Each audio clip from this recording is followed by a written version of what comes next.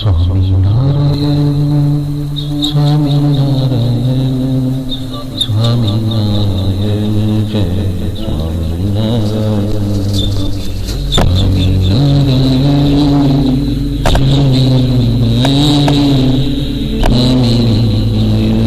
जय स्वामीनारायण स्वामीनारायण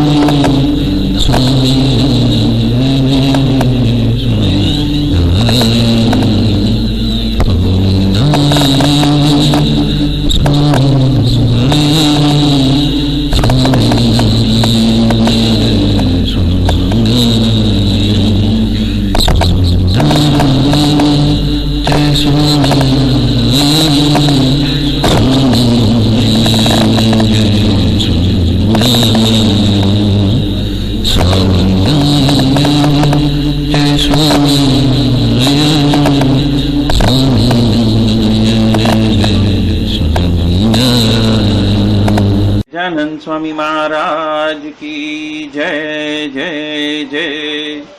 ધામ ધમી મુક્તો કી જય જય જય. સર્વ ગુણાતીત સ્વરૂપો કી જય જય જય. મુક્તાક્ષર પુરુષોત્તમ કી જય જય જય. જે ઉત્પત્તિ તથા સ્થિતિ લય કરે વેદો સ્તુતિ ઉચ્ચરે. જેના રોમ સુછિદ્ર માણુ સમા બ્રહ્માંડ કોટી ફરે. માયા કાળ રવિ શશી સુરગણો આજ્ઞાન લોપે ક્ષણ. એવા અક્ષરધામનાધિપતિ શ્રી સ્વામિનારાયણ. વાણી અમૃતથી ભરી મધુસમી સંજીવની લોકમાં. દ્રષ્ટિમાં ભરી દિવ્યતા નિરખતા સુદિવ્ય ભક્તો બધા. હૈયે હેત ભર્યું મીઠું જનનીસુ ને હાસ્ય મુખે વસ્યો. તે શ્રી જ્ઞાનજી યોગીરાજ ગુરુને નીટે નમો ભાવસું. જેની અમૃતવાણી તો વહી રહી સાક્ષાત મહિમા રૂપે. જેની બ્રાહ્મી સ્થિતિ અહોલીન કરે શુભવ્ય અક્ષર પદે. શરણાગત નિજ અલ્પ જીવ સહુના શ્રેયાર્થ તત્પર રહે. કાકા સ્નેહલ સિંધુ દિવ્ય વિભુને હૈયું તો વંદન કરે. જે છે શાંત પ્રશાંત સાગર સમા સાધુ ગુણે જે શોભતા. જેના દર્શનને સમાગમ થકી શાંતિ સહુ પામતા. જે છે માનસ પુત્ર કાકાજીના ને ભજન માલિન રહે. એવા સાધક વૃંદના ગુરુ સુરત વંદન ભરત ભાઈને. ભક્તિ સભર ગુલતાન થઈને મહાપૂજા જે કરે. અનુરૂતિ અદભૂત જાળવી રીઝવ્યા કાકાજીની. મલકંતુ મુખ પુલકિત હૈયું યુવાનોની જે ગમી.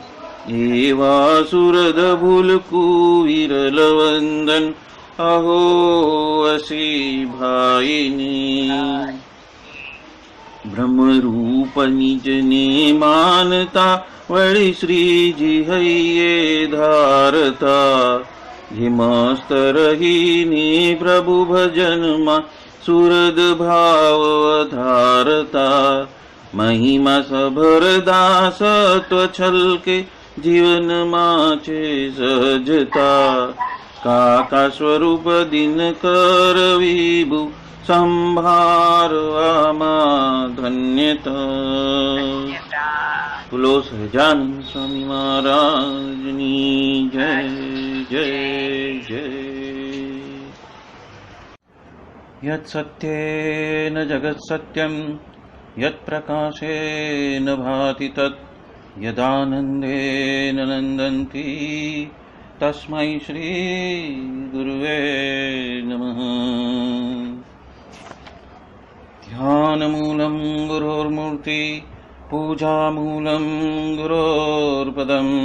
મંત્રમૂલં ગુરોર્વાક્યં મોક્ષમૂલં ગુરો કૃપા. સહજાનંદ સ્વામી મહારાજ કી જય જય જય. સહજાનંદ સ્વામી મહારાજ કી જય જય જય. ધામ ધમી મુક્તો કી જય જય જય. सर्वगुणातीत स्वरूपों की जय जय जय।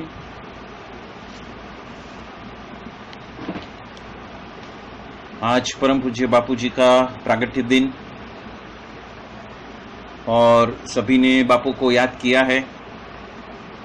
और बापू तो वापी मंडल के लिए बहुत खासम खास, जहाँ से उन्होंने बहुत सारे मुक्तों के ऊपर इतना अनहद अनहद अनहद ऐसी बारिश की है कि वो जो बीज थे वो आज बड़े वृक्ष हो गए हैं और अपना पूरा एक देश का, पूरा कंट्री का एक सेंटर चलाते हैं। वो बापू का जो हेत था, बापू का जो प्रीत था, वो तो जबरदस्ती है और उनके बारे में तो जितना बोला जाए उतना कम है। तो आज उनकी याद के साथ में सभी को बधाई देते हुए, शुभ मंगल कामना करते हुए हम आज का ये सत्संग वापस शुरू करते हैं फिर से। लास्ट टाइम जो हमने बात लिया था गोपालानंद स्वामी की बातें, जिसमें प्रकरण 5 की मुक्त के भेद की बात कही थी, उसमें बात नंबर 67 को मैं वापस रिपीट करता हूँ। वापस रिपीट इसके लिए करता हूँ क्योंकि वो हमारे लिए माइलस्टोन है। बापू जो देना चाहते थे, वो हमें किस लेवल पे लेके जाना चाहते थे, वो उस बात को यहाँ पे गोपालानंद स्वामी ने बहुत गहराई से यहाँ पे बताई है। सबसे पहले जो मुक्त है वो दिया जैसे मुक्त, दूसरे मुक्त चंद्र जैसे मुक्त, तीसरे मुक्त सूर्य जैसे मुक्त, चौथे मुक्त प्रलय काल के अग्नि जैसे मुक्त और पांचवे जो मुक्त है वो महातेज जैसे मुक्त। ये 5 प्रकार के मुक्त है। उसमें से सिर्फ महातेज जैसे जो मुक्त बन पाए वो अक्षरधाम के लिए उनको प्रवेश मिल सकता है, बाकी अन्यों को दूसरा धाम मिल जाता है और न जाने कितने समय के पश्चात वो वहां से बाहर निकल के अक्षरधाम जा सकते हैं। और यहाँ पे बात नंबर 67 में उन्होंने कुछ अलग रीत से उनका लक्षण बताया है और उनकी पहचानने की रीत बताई है, जो एक हमारे लिए आईना बनता है। हो सकता है हमने ये बात पहले भी सुनी है, लेकिन कुछ बातें ऐसी है कि बार बार हमें सुननी चाहिए, जिसके वजह से वो बात हमारे लिए एक पत्थर की लकीर बन जाए कि एक बार पत्थर के ऊपर लकीर हो गई तो वो हम कभी जिंदगी में भूल नहीं सकते। इसलिए वो बातें वापस ले रहे हैं। जो पहले प्रकार का मुक्त है ये इस लोक का मुक्त है, और उसको कैसे पहचानना, तो उसको तो इस लोक के अंदर विख्याति चाहिए, प्रसिद्धि चाहिए, कीर्ति चाहिए, तथा इस लोक में उसका मान बढ़े ऐसी क्रिया करते रहता है, तथा तप करके धर्म का पालन करना, तथा ज्ञान सीख लेना, तथा वैराग्य सीख लेना, या फिर सत्संग कराना, या फिर वार्ता करनी इत्यादि जो जो क्रिया करते हैं, तो वो इस लोक में ख्याति पाने के लिए, कीर्ति प्राप्त करने के लिए उसका उपयोग करता है, अपनी बड़प्पन बढ़ाने के लिए वो करता है, पर भगवान की प्रसन्नार्था के लिए वो नहीं करता। जब प्रसन्नता की बात आती है तो ये एक फाइनर ट्यूनिंग है। फाइनर ट्यूनिंग मतलब क्या, कि जहाँ पे मैं का लोप हो जाता है। जो भी सत्संग होता है वो मेरे लिए नहीं है, वो हमारे लिए है। मतलब हम सब उसमें एक साथ है, उसमें मैं और आप ऐसा 2 पार्टीशन नहीं है। और उसका लक्ष्य क्या है कि हम भगवान की प्रसन्नता के लिए ये कर रहे हैं। मतलब कि हमें जो गुरु हरि मिले हैं उनकी आज्ञा के हिसाब से चल रहे हैं, और दूसरा उनकी प्रसन्नता के लिए कर रहे हैं। तो वो जो 2 मुख्य बातें हैं, जो सेंटर पॉइंट है, वो उन्होंने पहले ही इस लोक के मुक्त में ही बता दी। यदि इस लोक का मुक्त भी बनना है तो उन्होंने जो गाइडलाइन दी है, उन्होंने जो पथ प्रदर्शित किया है, तो गोपालानंद जो महामुक्त थे उन्होंने बहुत सारे चैतन्यों को मार्गदर्शन दिया है। और ये मार्गदर्शन में ये 2 जो बात है वो बहुत ही इम्पोर्टेंट है, मतलब कि बहुत ही महत्व की है, कि जहाँ पे मैं गिर जाता है, मैं जो भी सत्संग सुनता हूँ या तो मैं जो भी सत्संग को मैं पचाने के लिए कोशिश करता हूँ, तो वो मेरी उन्नति के लिए है, मेरी आत्मा की उन्नति के लिए है, नहीं कि मेरी देह, इंद्रिय और मेरी यश या कीर्ति के लिए है। वो जो है हम हमारे लिए कर रहे हैं, मतलब कि हम सबके लिए कर रहे हैं। हम कहीं ना कहीं एक सूत्र से बंधे हुए हैं। हम सभी गुरु हरि के हृदय के अंदर बसे हुए हैं, लेकिन उस सभी में जो एक धागा रहता है जो सब में कॉमन है, तो वो जो कॉमन धागा है, और वो कॉमन धागा यहाँ पे दिया है कि जिसके वजह से हम सब एक है और हमारी ऊर्ध्व गति भी एक साथ हो रही है, एक दूसरे के वजह से हो रही है। मैं करता हूँ इसीलिए मेरी हो रही है, ऐसा नहीं है। यहाँ पे क्यूमुलेटिव बात की है। तो ये क्यूमुलेटिव बात क्या है, एक साथ होने वाली बात क्या है कि हम सब एक साथ मिलकर भगवान की, मतलब कि गुरु हरि की प्रसन्नता के लिए ये सब कर रहे हैं। तो जब मैं गौण हो जाएगा और हम जहाँ पे प्राधान्यता आ जाएगी, तो वो जो भक्ति है, वो भक्ति उसका रंग निखारेगी। तो ये बात यहाँ पे गोपालानंद स्वामी कहते हैं। मैंने ऐसी रीत से धर्माधिक वगैरह को दृढ़पणे से उसका पालन भी करूंगा, तो भगवान तो मेरे ऊपर था राजीपा तो हो ही जाएगा इत्यादि। भगवान प्रसन्नता के बिना केवल इस लोक की विख्याति के लिए यदि वो करता है, तो ऐसा जिसका लक्षण है, तो उसमें तो प्रकट भगवान का उपासक हो, फिर भी उसको इस लोक का ही मुक्त जानना। तो ये हो गई हमारी प्रथम कैटेगरी, द फर्स्ट कैटेगरी, कि जहाँ पे उसको इस लोक में ही रस है। वो साधना करता है, सेवा करता है, लीडरशिप लेता है, फिर भी उसका लक्ष्य क्या है, मेरी कीर्ति, मेरा यश, मेरा नाम, मैं सबसे आगे, मैं लीडर।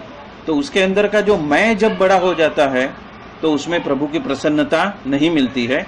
तो यहाँ पे जो भावातीत होने की जो बात है और भावातीत होके सम सूरत भाव एकता की जो बात है, वो मुद्दा यहाँ पे छिपा हुआ है। और वही मुद्दा आज से 5 साल पहले हमारे पवई के सारे सत्पुरुषों ने अपनाया, सम सूरत भाव एकता। और ये सम सूरत भाव एकता आज की डेट में बैप्स के अंदर सबसे बड़ा बैनर बन गया है। जब से प्रमुख स्वामी महाराज की जो शताब्दी बहुत बड़े पैमाने पर उन्होंने सेलिब्रेट की, उसके बाद में जो बैप्स के जो अभी जो करता हरता है, जो अभी लंदन में हैं, ऐसे महंत स्वामी जी, उन्होंने भी सम सूरत भाव एकता को ही प्राधान्यता दी। सम की बात आई, वहाँ पे मैं का लोप हो गया। सूरत भाव की बात आई, वहाँ पे मेरे भावनाओं का अंत हो गया। और एकता की बात आई तो हम सबका लक्ष्य एक ही है, एक ही लक्ष्य के लिए हम सब एकजुट होकर चल रहे हैं। तो वही है सम सूरत भाव और एकता, कि हम सब प्रभु की प्रसन्नता के लिए, गुरु हरि की प्रसन्नता के लिए ही चल रहे हैं। तो हम ये पहली कैटेगरी में से मुक्त हो जाएंगे। अभी दूसरी कैटेगरी बताई है कि देवलोक के मुक्त को कैसे पहचानना।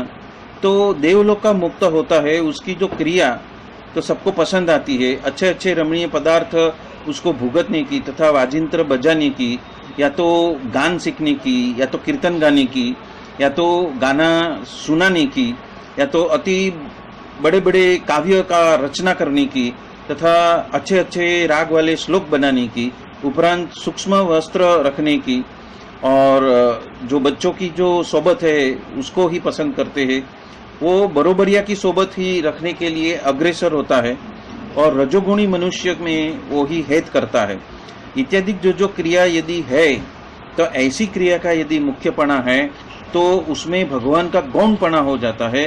तो ऐसी रीत का जो लक्षण जिसमें प्रतीत होता है, वो सिर्फ देवलोक का मुक्त बन सकता है, वो अक्षरधाम का मुक्त नहीं बन सकता। तो ये है दूसरा पायदान।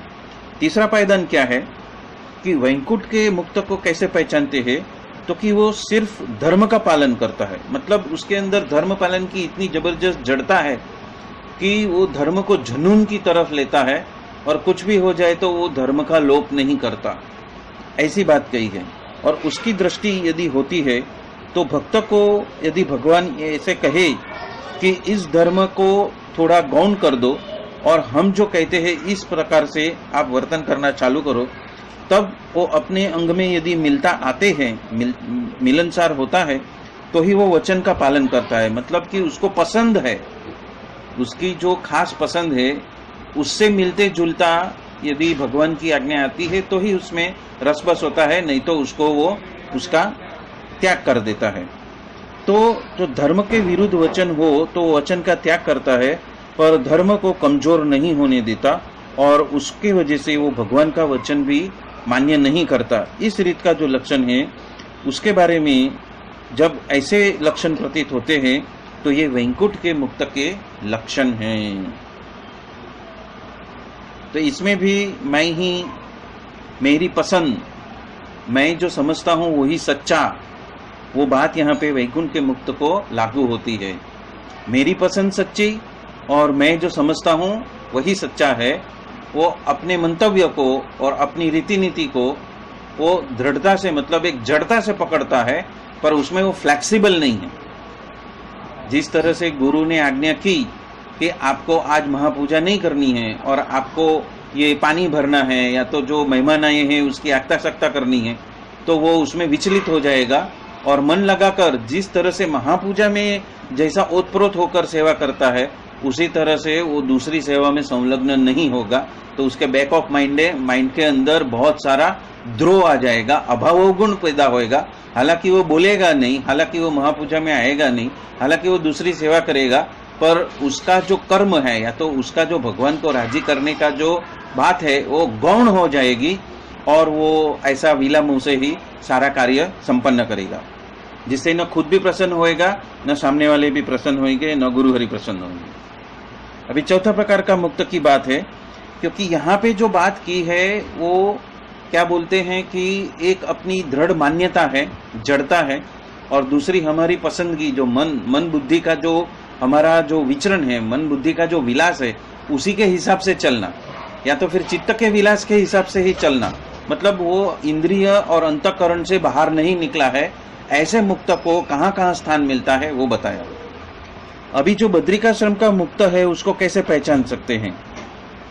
तो जो सूर्य जैसा जो मुक्त है वो बद्रिकाश्रम में पहुंचता है तो उसका लक्षण क्या है कि उसको तप करने के बारे में बहुत रुचि होती है, और वो तप में थोड़ी भी कमतरता आ जाए और यदि अन्य कोई क्रिया हो तो वो तप को कम करके भी वो भगवान को सलाह देगी कि ये जो प्रवृत्ति है वो इस तरह से आप करो।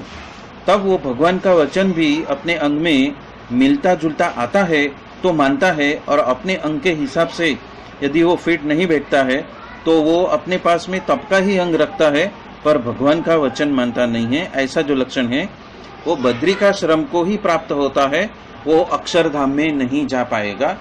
वो बात यहाँ पे कही है। जो पांचवा मुक्त है वो श्वेत दीप का मुक्त है।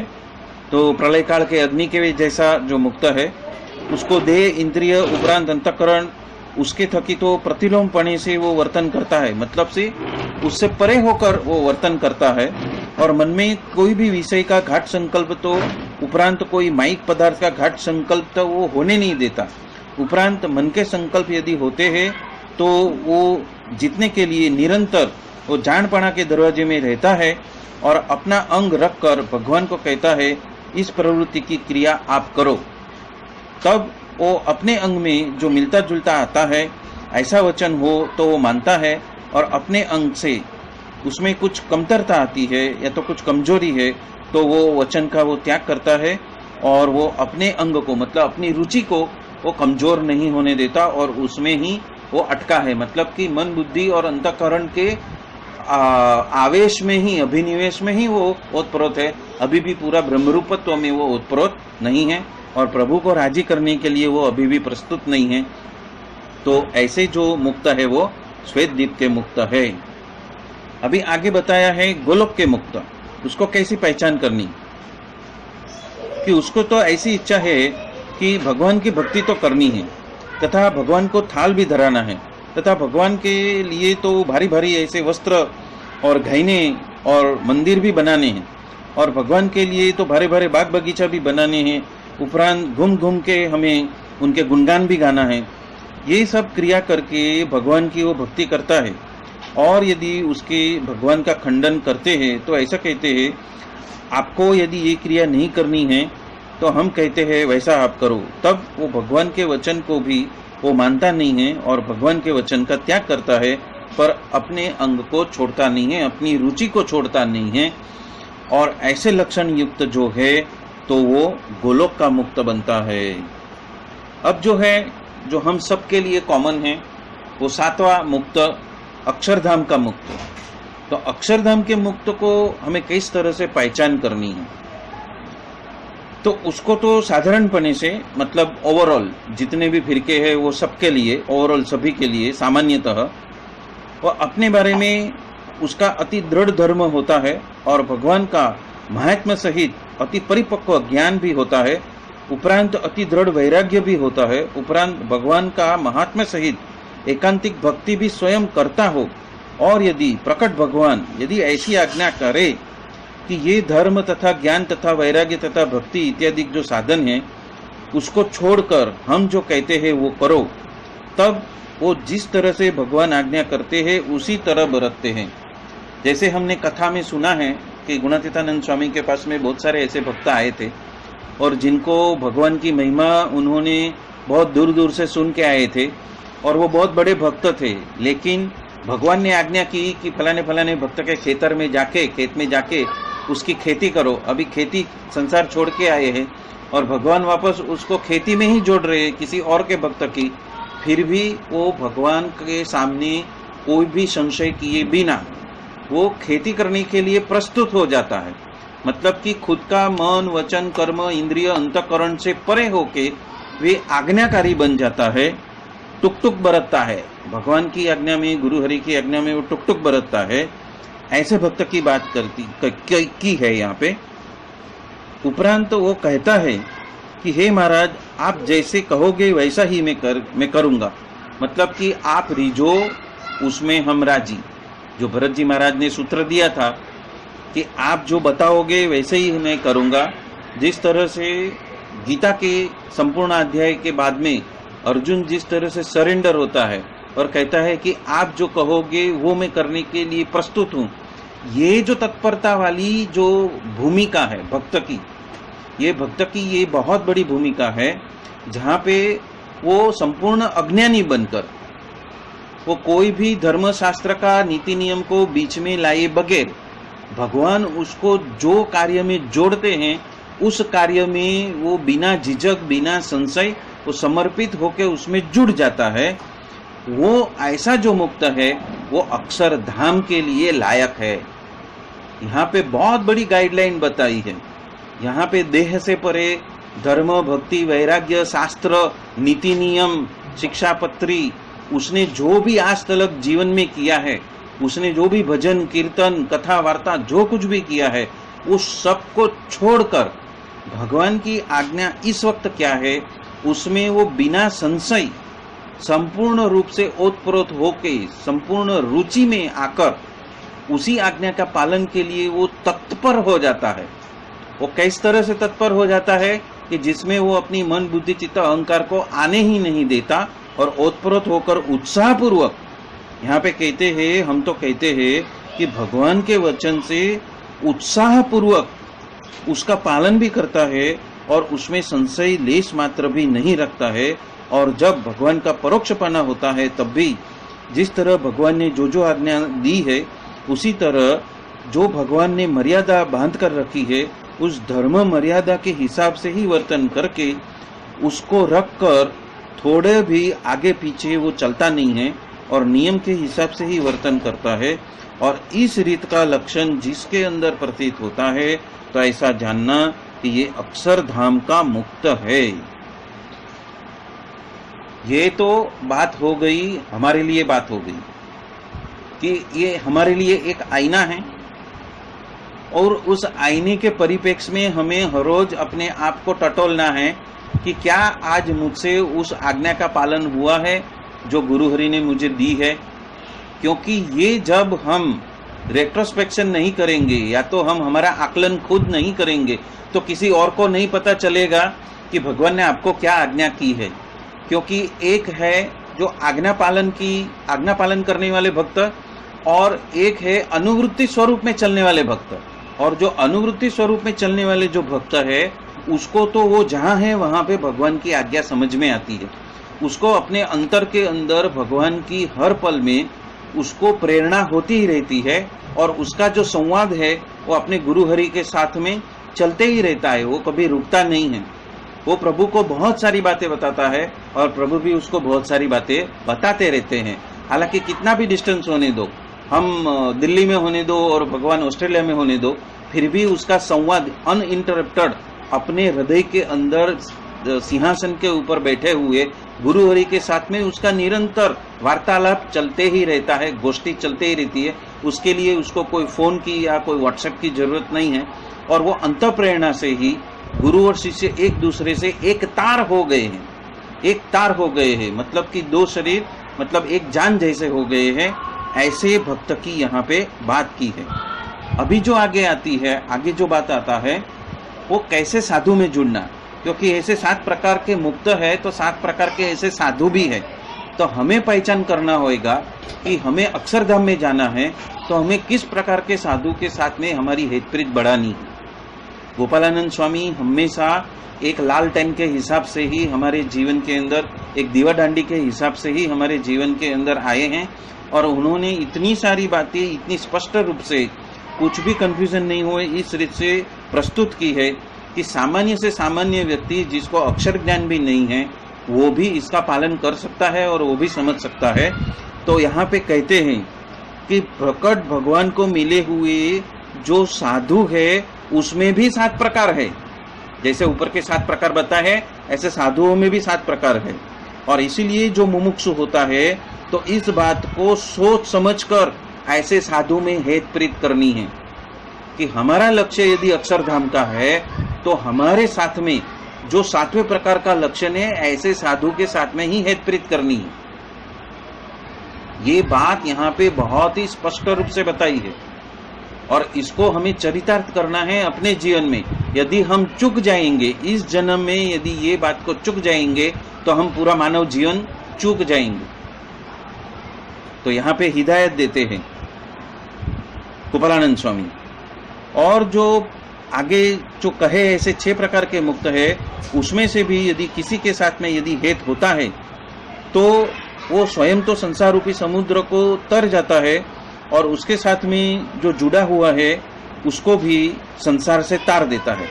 पर पृथ्वी के दृष्टांत के हिसाब से जो भगवान की मूर्ति तेने विषय वो चिपकने नहीं देता, वो संसार को पार करा देगा, मतलब कि पृथ्वी लोक से मृत्यु लोक से तो बाहर लेके जाएगा। लेकिन जो मूल सिद्धांत है, मूल सिद्धांत क्या है? प्रभु की मूर्ति में हमारा संपूर्ण चित्त, हमारा संपूर्ण जानपना भगवान की मूर्ति में रहना चाहिए। वो मुद्दा वो भटका देंगे अन्य 6 प्रकार के लोग। अन्य 6 प्रकार के जिसके लक्षण हैं वो आपको मूर्ति में बंधने नहीं देंगे। और जो 7वां प्रकार का जो साधु है वही आपको मूर्ति में बांधने के लिए बाध्य करेंगे। वो बार बार आपको मूर्ति की ओर लेके जाएंगे। चाहे आप खुली दृष्टि से मूर्ति को देखो, चाहे आप आंख बंद करके अपने अंतर में मूर्ति को देखो, चाहे ओपन आई मेडिटेशन का प्रैक्टिस करके आप हर एक क्रिया करते करते अपने हृदयस्थ मूर्ति को देखते ही उसकी तरफ ही लक्ष्य रखकर सभी कार्य करो। और ऐसा कार्य किसने किया है? भगत जी महाराज ने किया है। ऐसा कार्य किसने किया है? शास्त्री जी महाराज और योगी जी महाराज ने किया है। और सबसे बेस्ट एग्जाम्पल है काका जी महाराज ने, कि काका जी महाराज को तो विमुख कर दिया था मूल संस्था से, फिर भी उनकी दृष्टि कभी भी योगी जी महाराज से विमुख हुई नहीं। वो देह से विमुख हुए थे, वो संस्था से विमुख हुए थे, पर योगी जी महाराज के एकत्व से वो कभी भी विमुख नहीं हुए।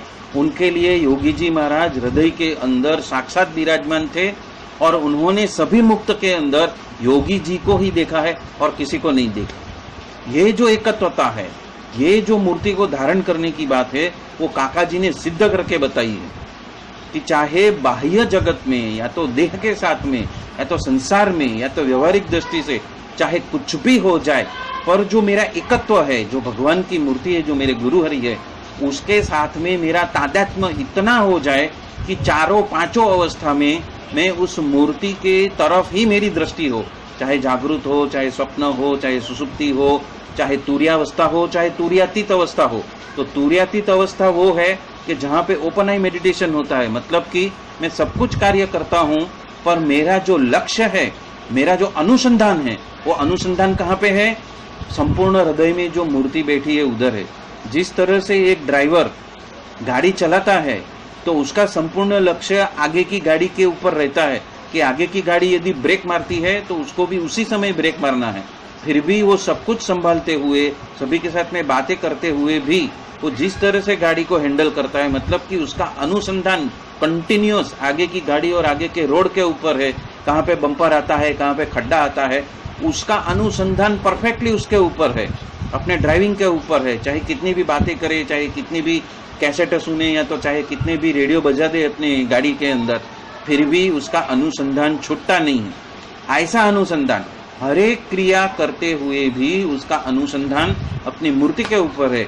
जिस तरह काकाजी महाराज ने ये किया और संपूर्ण विश्व को दिखाया, एक गुणातीत समाज की रचना करके, ऐसे अनुसंधान की बात है कि ओपन आई मेडिटेशन, तुर्यातीत अवस्था, कि मेरा संपूर्ण लक्ष्य, मेरी संपूर्ण दृष्टि मेरे हृदय में विराजित भगवान की मूर्ति पे ही है, और उसके साथ में मेरा जो है अविरोध संबंध है, मतलब कि एकात्मता का, तादात्म्यपना का और एकरूपता का संबंध है।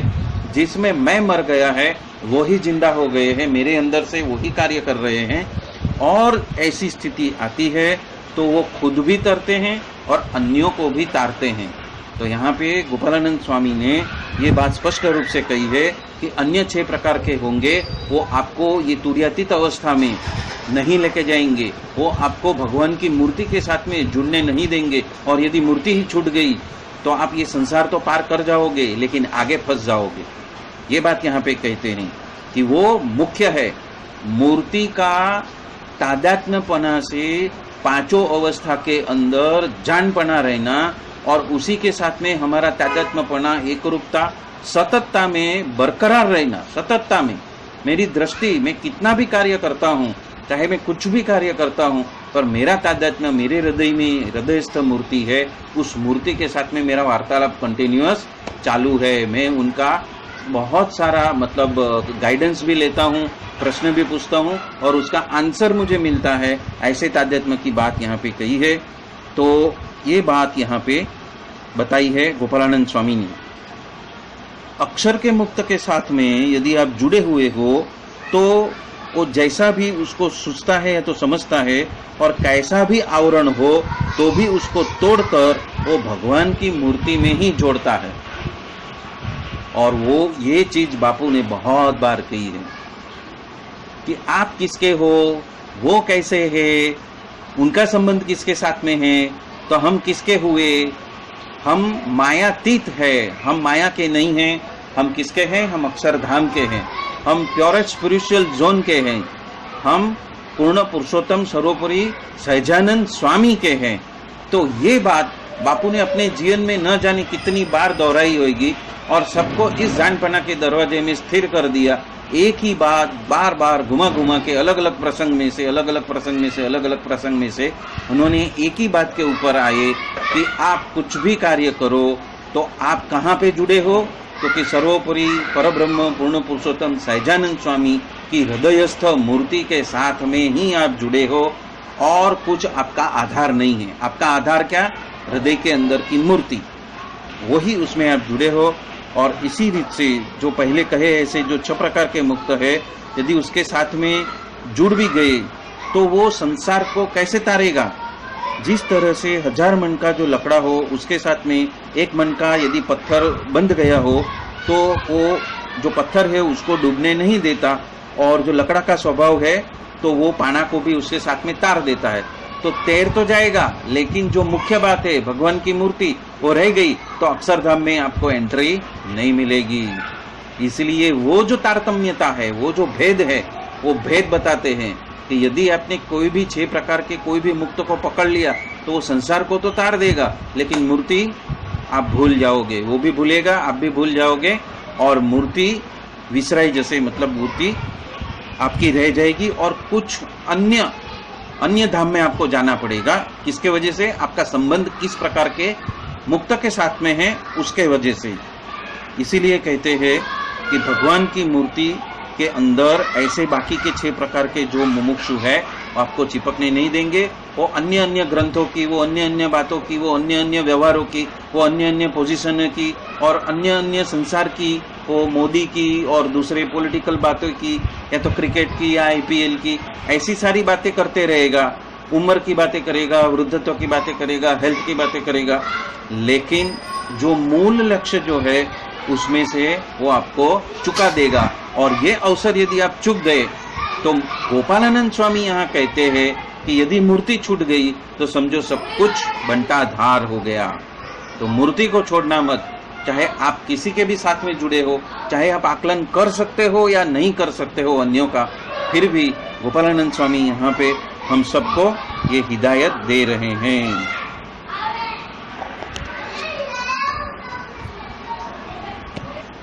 तो अब हम आगे बढ़ते हैं, बात 68वीं, वो भी हमने लास्ट टाइम ली थी, 68वीं बात भी ली थी हमने।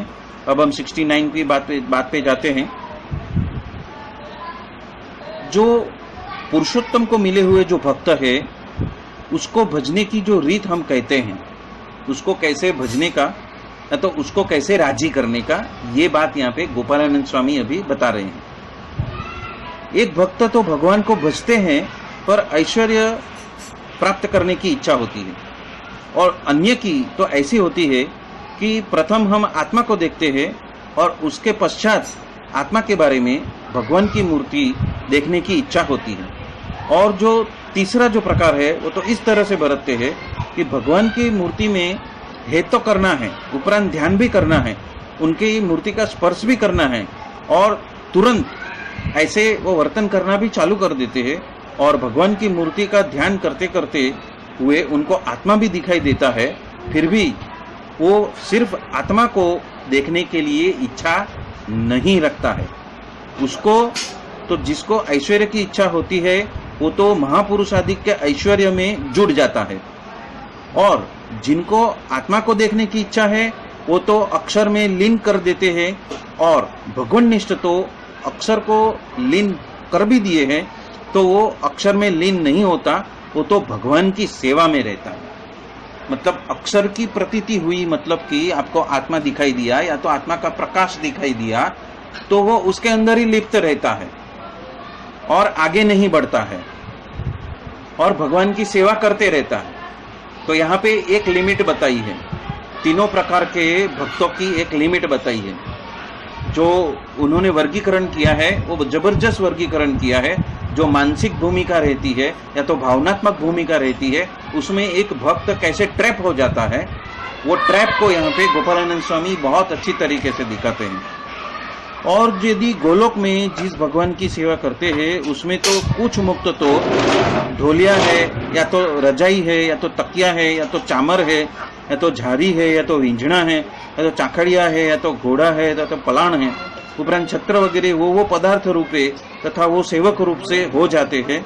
और जब भगवान चलते हैं तो वो मुक्त तो पहले से ही रास्ते की दोनों ओर वृक्ष होकर या तो पुष्प या फल होकर भगवान के ऊपर छाया करते हैं, मतलब कि छांव करते हैं। और भगवान जब आगे चल जाते हैं तब पीछे से उठकर आगे जाके वापस छाया करते हैं।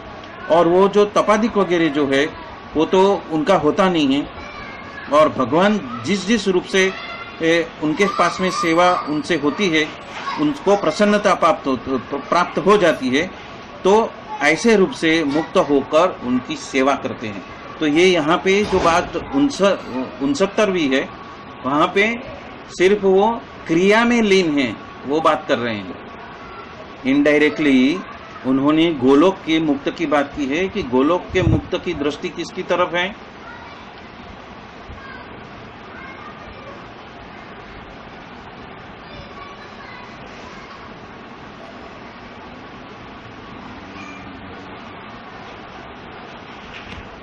यहाँ पे गोपालानंद स्वामी ने मनस की और भावनात्मक जगत की इतनी सारी स्टडी यहाँ पे बताई है, अलग अलग एग्जाम्पल देते हुए, कि व्यक्ति जब इस पथ पे चलता है तो वो दूसरों के ऐश्वर्य में इतना लय और लीन हो जाता है कि उसके वजह से वो क्रियारूप हो जाता है, और वो क्रियारूप होने की वजह से उसकी भक्ति जो है वो चलित हो जाती है। वो मुद्दा यहाँ पे बताया है कि उसके अंदर वो कैसे खो जाता है, अपनी क्रिया में कैसे खो जाता है। अभी बात करते हैं बात 70वीं 17वीं। अब अक्षर के मुक्त का सुख का जो तारतम्यपना है वो कहते हैं। पहले क्या बताई, जो क्रियारूप हो गए और वो अन्य लोक के मुक्त है, और अभी क्या बताते हैं, अक्षर के मुक्त के जो भाव है वो बता रहे हैं, उसकी वो कैसे दूसरे से अलग होता है, उसमें फर्क क्या है वो बता रहे हैं। तो अक्षर में भी, अक्षर मुक्त भी 4 प्रकार के मुक्त है। मतलब कि ये समझो कि गोपालानंद स्वामी ने इसमें पीएचडी की हुई है। मुक्त के अंदर किस किस प्रकार के मुक्त है, उनके लक्षण किस किस प्रकार के हैं, और वो किस किस प्रकार से आगे आगे धाम में जाते हैं। तो अभी वो अक्षर मुक्त की बात करते हैं, और उसमें भी 4 प्रकार के मुक्त की बात कर रहे हैं। उसमें एक तो भगवान के दर्शन करता है, और दूसरा मुक्त है वो तो उसके भी दर्शन करता है, और जो तीसरा मुक्त है वो तो भगवान को मैशुन मैश देखते ही रहता है, और सन्मुख जो बैठे हुए जो मुक्त है उसको भी देखता है। यहाँ पे भक्त सहित भगवान की बात कही है। एक है जो सिर्फ भगवान को देखता है, दूसरा है जो भगवान को और भक्त को दोनों को देखता है, जो तीसरा है वो भगवान को मैशोन मैश देखता है फिर भी भक्त को भी देख रहा है। ऐसे 3 प्रकार के भक्त की बात कही है।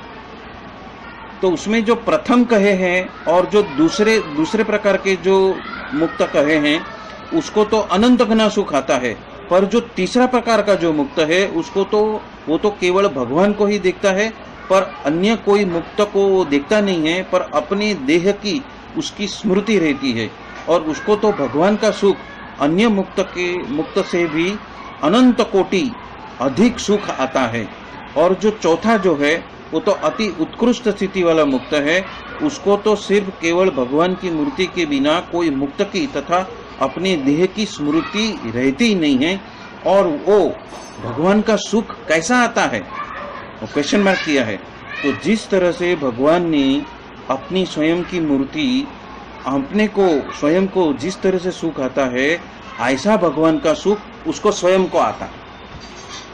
तो गोपालानंद स्वामी ये बताना चाहते हैं कि जिस तरह से अक्षरधाम में बैठे हुए जो पूर्ण पुरुषोत्तम सहजानंद स्वामी हैं, वो जब इस पृथ्वी पे आते हैं तब उनको इस देह में जिस तरह का सुख मिलता है उसी तरह का सुख किसको मिलता है, ये चौथे प्रकार के मुक्त को मिलता है कि उसके अंदर भगवान की मूर्ति इस तरह से रसबस हो गई है कि उसको और कुछ दिखाई नहीं देता, सिर्फ भगवान की मूर्ति ही दिखाई देती है।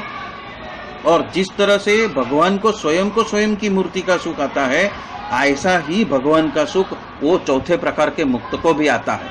मतलब आगे पीछे का सब कुछ बंद, सिर्फ वो अपने आप को भूलकर जो भी प्रतीत होता है वो सिर्फ वो रसबस हो गया है वो भगवान की मूर्ति के अंदर। तख्तो ताज के ऊपर विराजमान जो भगवान की मूर्ति है उसमें ही रसबस हो गया है, ऐसा चौथा प्रकार का मुक्त है। और इसके लिए उसके सुख का वर्णन किस तरह से कर सकता है और ऐसा सुख किसको आता है, वो तो शेष जी पर्यंत कोई भी कहने के लिए समर्थ हुआ ही नहीं है।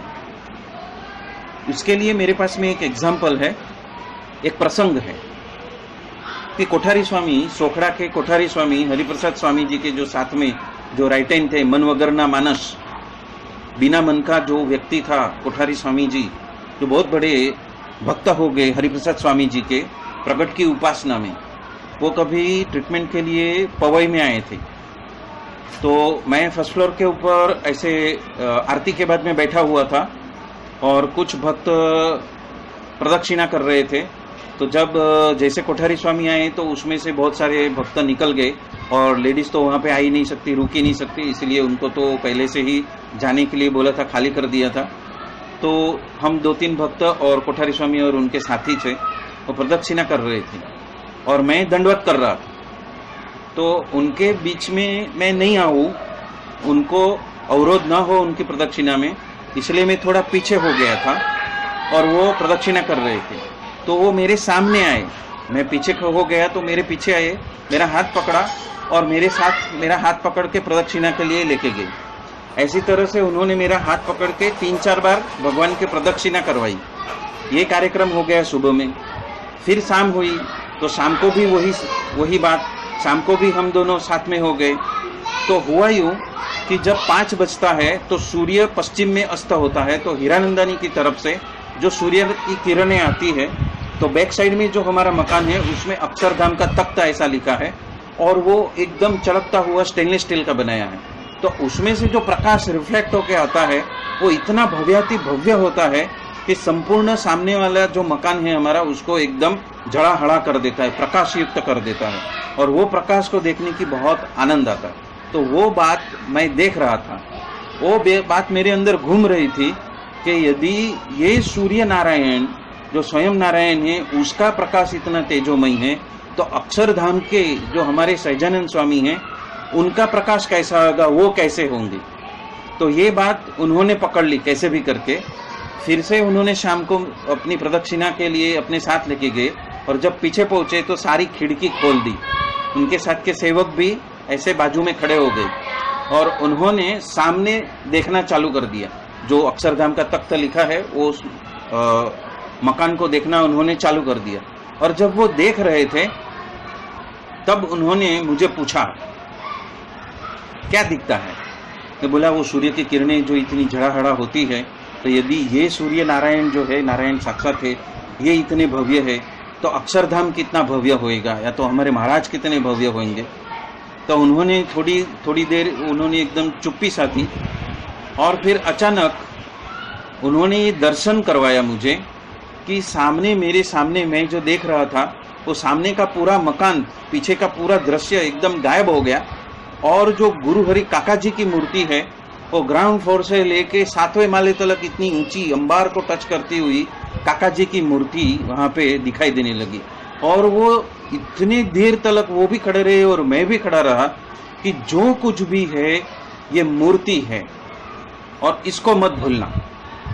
तो वो जो दृश्य है, वो जो दर्शन है कि कण कण के अंदर, पवई के कण कण के अंदर जो जड़ है उसमें भी काका जी और काका जी का जो मंत्र है, जो मूर्ति है वो बसी हुई है, उसको ही आत्मसात करना है।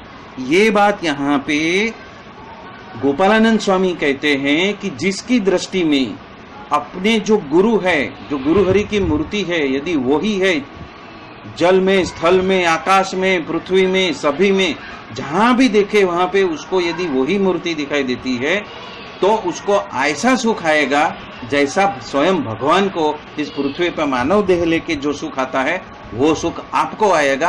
वो बात जो गोपालानंद स्वामी यहाँ बता रहे थे वो सुख कोठारी स्वामी ने दे दिया उस वक्त। वो जो स्मृति थी इतनी पावरफुल स्मृति थी, उसमें सारे जो मन के संशय थे वो सब हट गए, और उनका जो ये सिखावनी है वो जिंदगी भर के लिए मुझे याद रह गया। तो इसी के साथ में ये आज का सत्संग यहाँ ही संपन्न करता हूँ। बोलो सहजानंद स्वामी महाराज की जय जय जय। धाम धामी मुक्तों की जय जय जय। सर्व गुणातीत स्वरूपों की जय जय जय। जय स्वामीनारायण। जय स्वामीनारायण। जय स्वामीनारायण। सभी मुक्तों को स्वामीनारायण।